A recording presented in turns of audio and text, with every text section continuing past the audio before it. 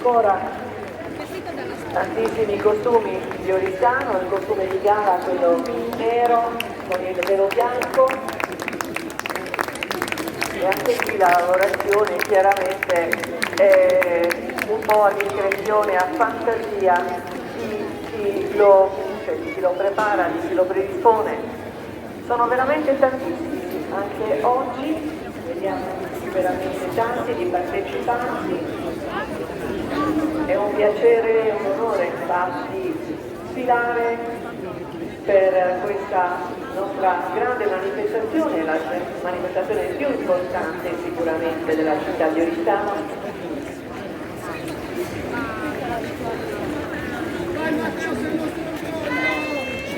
Ancora con questi grembiuli così ben ricamati, pieni di fantasia,